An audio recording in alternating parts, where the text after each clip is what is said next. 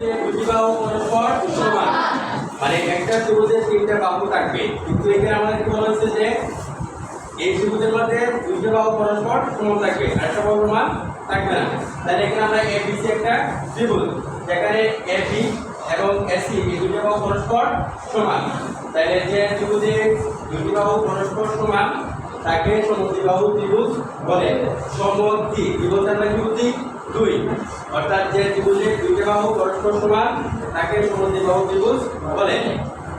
ক্ষেত্রে এবিসি একটি সমদ্বিবাহু ত্রিভুজ, অর্থাৎ এবি সমান এসি, অর্থাৎ দুটি বাহু দৈর্ঘ্য পরস্পর সমান। এরপর আমরা কি করব, যে বিষমবাহু ত্রিভুজ। বিষমবাহু ত্রিভুজ বলতে আমরা কি বুঝি?